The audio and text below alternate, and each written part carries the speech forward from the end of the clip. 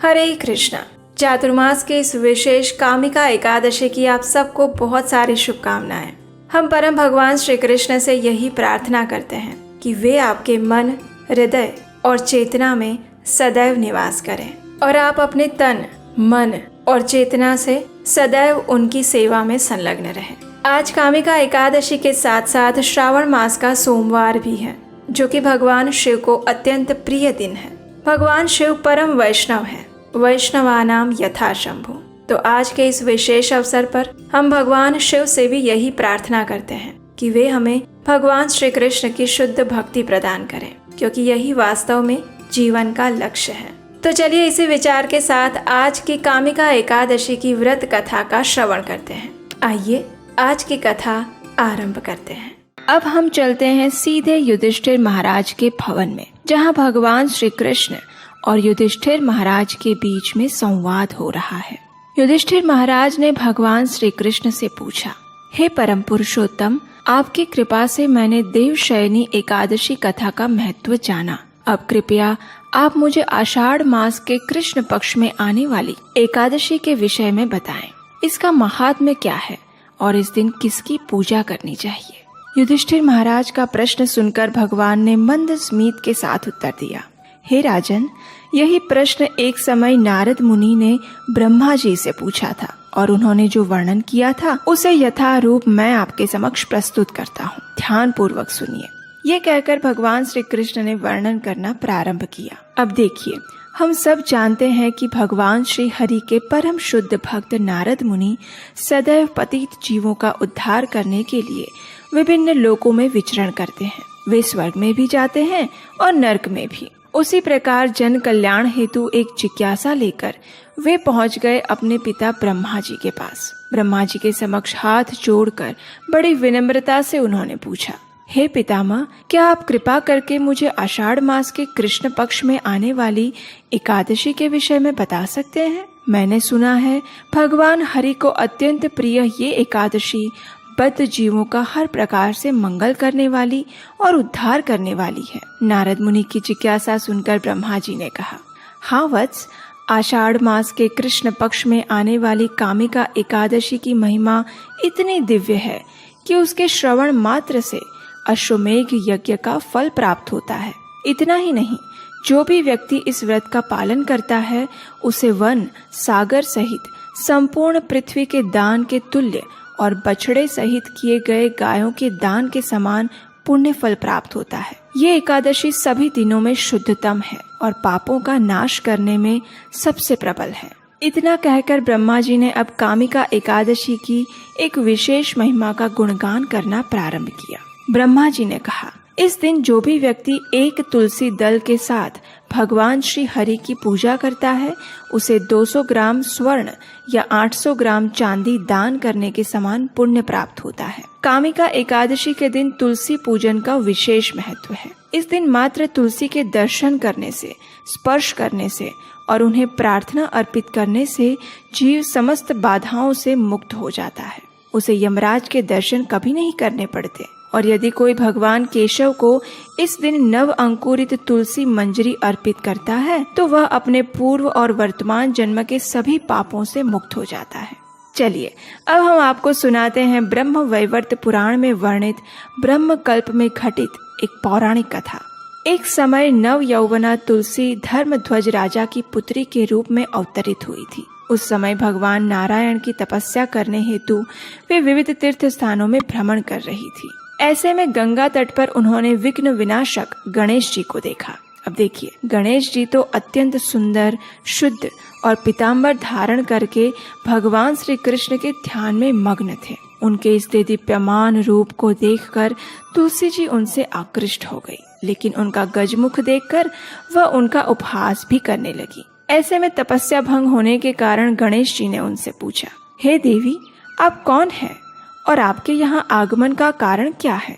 क्या आप नहीं जानती कि तपस्वियों का ध्यान भंग करना सदैव पापजनक होता है?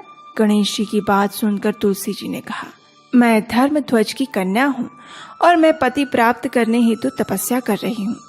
आपको देखकर मैं आपसे आकृष्ट हुई। कृपया मुझे अपनी पत्नी के रूप में स्वीकार करें। इस बात को सुनकर गणेश जी ने कहा, हे देवी, विवाह करना बड़ा ही भयावह कार्य है और विवाह सर्वदा दुखों का कारण बनता है। इसलिए मेरी विवाह करने की कोई इच्छा नहीं। इसलिए कृपया आप मेरी ओर से अपना ध्यान हटाकर किसी और पुरुष को ढूंढिए। ये सुनकर तुलसी जी को क्रोध आ गया और उन्होंने कहा, तुम्हारा विवाह अवश्य होगा। जब गणेश जी ने उनका ये रूप देखा तो उन्होंने तुलसी जी को श्राप दिया, हे देवी, तुम निसंदेह असुर पत्नी बनोगी और उसके पश्चात भगवत कृपा से तुम वृक्ष बन जाओगी। अब ये सुनकर तुलसी जी अत्यंत भयभीत हो गई और गणेश जी को प्रार्थनाएं करने लगी कि वो इस श्राप को वापस ले। लेकिन गणेश जी ने कहा, हे देवी, तुम सभी पुष्पों में प्रमुख बनोगी। कालांतर में तुम भगवान नारायण की प्रिय बनोगी। तुम्हारे द्वारा किया हुआ पूजन मनुष्यों के लिए सदैव लाभकर होगा। तुम भगवान श्री कृष्ण की अत्यंत प्रिय बनोगी और मेरे द्वारा सदैव त्याज्य रहोगी। इस प्रकार हम जानते हैं कि तुलसी देवी आगे चलकर शंखचूड़ असुर की पत्नी बनती है और उसके बाद भगवान की प्रिया तुलसी देवी पौधे के रूप में प्रकट होती है।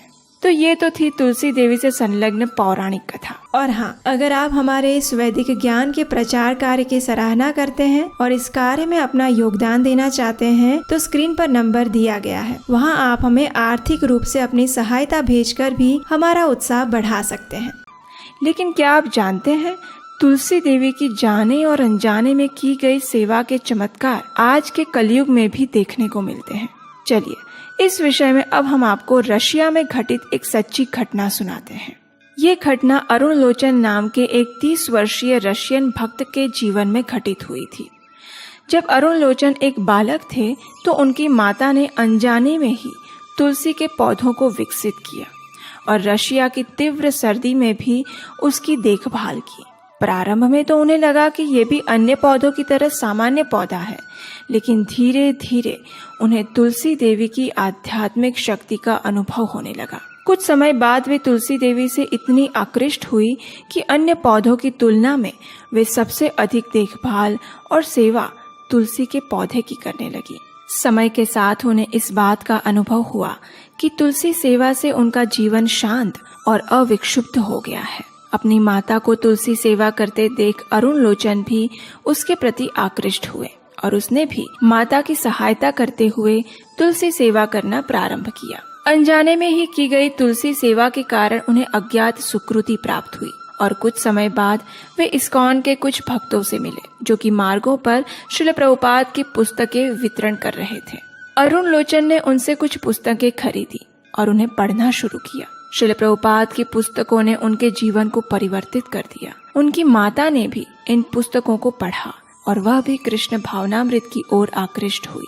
कुछ समय बाद अरुण लोचन मंदिर में पूर्णकालीन भक्त के रूप में जुड़ गए और वहां जाकर उन्हें और उनकी माता को पता चला कि जिस पौधे की वे अनजाने में ही सेवा कर रहे थे वे स्वयं भक्ति प्रदायिनी तुलसी देवी थी। इस प्रकार तुलसी देवी के प्रति उनकी श्रद्धा और दृढ़ हुई। अरुण लोचन जिस मंदिर में सेवा करते थे उस यूरोलोवा के मंदिर में वास्तव में वेदी पर तुलसी देवी के चित्र की ही पूजा की जाती थी, क्योंकि वहां ठंड के कारण तुलसी देवी विकसित नहीं हो पा रही थी। लेकिन वहीं दूसरी ओर अरुण लोचन के घर में उनकी माता के द्वारा अनेक तुलसी के पौधों को बड़े ही भक्ति और प्रेम से विकसित किया गया था। अरुण लोचन ने अपनी माता से विनती की कि वे तुलसी के पौधे मंदिर में दे जाएं, जिससे भक्तगण उनकी विधिवत पूजा कर सके। अरुण लोचन की माता ने ना चाहते हुए भी तुलसी के पौधों को मंदिर में अर्पित कर दिया और आज भी वहां तुलसी देवी की सभी भक्तों द्वारा सेवा पूजा हो रही है। तो अब आप समझ ही गए होंगे कि इस कामिका एकादशी की व्रत विधि में सबसे विशेष विधि है इस दिन तुलसी देवी की पूजा अर्चना करना और भगवान श्री कृष्ण को उनके पत्र या नव अंकुरित मंजरी अर्पित करना। एकादशी के दिन ब्रह्म मुहूर्त में उठकर स्नान इत्यादि से स्वच्छ होकर भगवान की मंगला आरती करें अथवा उसका दर्शन करें। उसके पश्चात तुलसी देवी की विशेष पूजा विधि करें। इसके लिए तुलसी देवी को जमीन से ऊपर एक आसन पर स्थापित करें, उनके समक्ष घी का दीपक जलाएं और उन्हें जल अर्पण करें। तत्पश्चात तुलसी देवी की 4 बार प्रदक्षिणा करें। प्रदक्षिणा करते समय आप इस मंत्र का उच्चारण कर सकते हैं। यानि कानि च पापानि ब्रह्म हत्यादिकानि च तानि तानि प्रणश्यन्ति प्रदक्षिणा पदे पदे। उसके बाद तुलसी देवी को प्रणाम करें और उनके समक्ष बैठकर हरे कृष्ण कृष्ण कृष्ण हरे हरे, हरे राम राम राम हरे हरे इस महामंत्र का अधिक से अधिक मात्रा में जाप करें। एकादशी के दिन किसी भी प्रकार के अन्न भोजन को ग्रहण ना करें, जैसे कि गेहूँ, चावल, दाल, फलियां इत्यादि। अपने शारीरिक क्षमता के अनुसार निर्जल जल के साथ, फल के साथ या फिर एकादशी प्रसाद के साथ उपवास कर सकते हैं और अधिक से अधिक मात्रा में हरे कृष्ण महामंत्र का जाप करें। संध्या के समय तुलसी देवी के समक्ष और घर में भगवान श्री कृष्ण के विग्रह या चित्र के समक्ष घी का दीपक अर्पण करें। दूसरे दिन द्वादशी पर प्रातः ब्रह्म मुहूर्त में उठ जाएं, स्नान इत्यादि से निवृत्त होकर हरे कृष्ण महामंत्र का जाप करें और निर्धारित पारण के समय पर किसी ब्राह्मण या वैष्णव को दान देकर अन्न प्रसाद के साथ एकादशी व्रत का पारण करें। पारण का समय नीचे डिस्क्रिप्शन बॉक्स में दिया गया है। तो चलिए सर्व मनोकामना पूर्ण करने वाली इस कामिका एकादशी का श्रद्धा और निष्ठा पूर्वक पालन करते हैं और तुलसी देवी के पूजन द्वारा उन्हें प्रार्थना करते हैं कि वे हमें भगवान श्री कृष्ण के चरणारविंद में रति प्रदान करें। हरे कृष्णा।